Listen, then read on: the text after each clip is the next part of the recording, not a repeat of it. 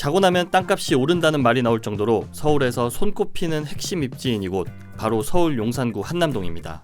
한남대교 북단에 위치한 나인원 한남은 70평대가 110억, 100평이 220억 원에 달하는 국내 최고가 아파트 중 하나입니다. 무려 평당 2억 아파트입니다. 그런데 이 단지 바로 아래쪽엔 대형 공터가 하나 있는데요. 무려 10년 넘게 방치돼 있습니다. 대체 무슨 일일까요? 이 땅은 1940년 일제가 조선총독부 고시 국내 최초로 도시공원으로 지정한 곳입니다.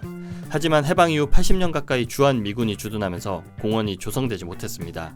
그런데 주한미군이 경기도 평택시로 이전을 하면서 상황이 달라지기 시작한 건데요. 임대주택 황제기업이라 불리는 부영이 주한미군 이전을 1년 앞둔 2014년 국방부에 1200억 원을 주고 이 땅을 매입했습니다. 부영은 고급주택을 지으려고 했으나 서울시가 그 다음 해인 2015년 8월 한남 근린공원 조성 계획을 발표합니다. 서울시 발표로 공원시설 해제는 5년 연기됐습니다. 그러면서 부영과 서울시 갈등이 본격적으로 불거지기 시작했습니다. 30년 넘게 미군 주택 용지로 활용되던 이 땅은 결국 2015년 미군 철수 후부터 지금까지 방치됐습니다. 부영이 이 땅을 매입한 이유는 1979년 도시계획상 공원부지로 지정됐지만 장기 미집행으로 2015년 공원시설 해제가 유력한 땅이었기 때문입니다. 하지만 서울시가 일몰을 한 달 앞두고 공원 조성 계획을 발표하면서 주거지로 용도 전환이 무산됐습니다. 부영은 당시 서울시의 공원 조성 계획은 재산권 침해라며 서울시를 상대로 행정소송을 제기합니다. 고등법원을 거쳐 대법원까지 다툼을 벌였으나 2018년 10월 부영이 최종 패소했습니다.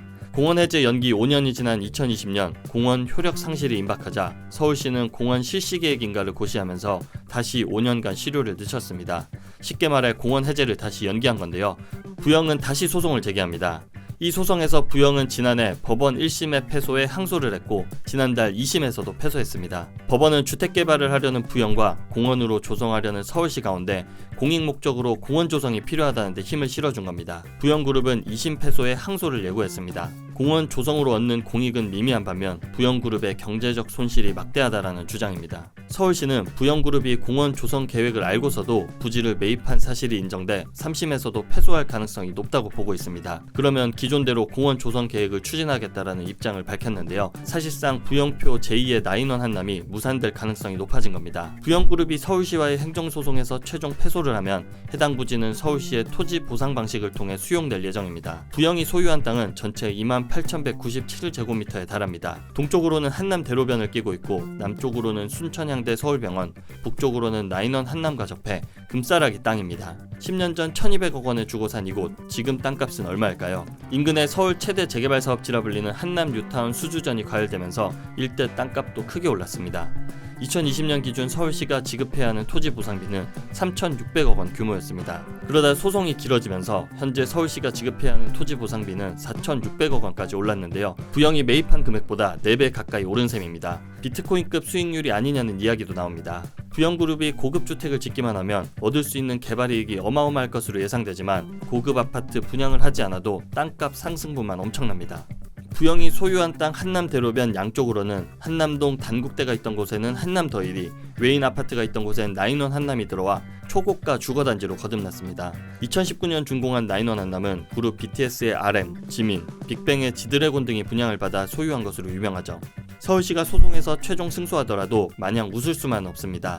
감당해야 할 토지보상비가 엄청나게 불어났기 때문인데요. 올해 기준 서울시가 서울시의회 도시계획관리위원회에 보고한 총사업비는 6,600억 원으로 2,000억 원 증액한 것으로 확인됐습니다. 토지보상비와 공원 조성비 등을 합친 금액인데요. 나인원 한남과 한남대일 등 초고가 주택 거주자를 위한 공원 조성에 막대한 혈세를 쏟아붓는 것에 대한 반대 여론도 있습니다. 6,600억 원을 투입해 초고가 공원을 짓는 게 적절한지 의문이라는 이야기입니다. 여러 의견이 나오지만 주택으로 개발하면 조망권 침해 등이 있을 수 있지만 공원이 들어서면 나인원 한남 주민 입장에서는 초고가 주택, 즉 내 집 앞 공원이 새로 생겨 가장 좋은 호재입니다. 부동산 업계 최고령 원우인 이중근 회장이 이끄는 부영은 한남동 부지 외에도 중구 소공동, 용산 아세 아파트 부지, 서울숲역 초역세권 부지 등의 알짜 땅을 소유하고 있습니다. 과거 태평로 삼성생명 사옥 매입 등 노른자 땅을 잇따라 매입한 땅 부자 건설사로도 알려졌는데요. 부동산 건설 경기가 악화하면서 그간 임대사업으로 축적한 현금 자산을 바탕으로 개발사업과 레저사업, 골프장 및 리조트, 빌딩 임차업으로 먹거리를 확장하고 있습니다. 부영이 10년 동안 소유한 땅은 방치돼 있지만 그 일대는 초고가 주거단지로 탈바꿈했는데요. 서울시와의 갈등 끝에 어떤 결론이 날지 관심이 쏠립니다.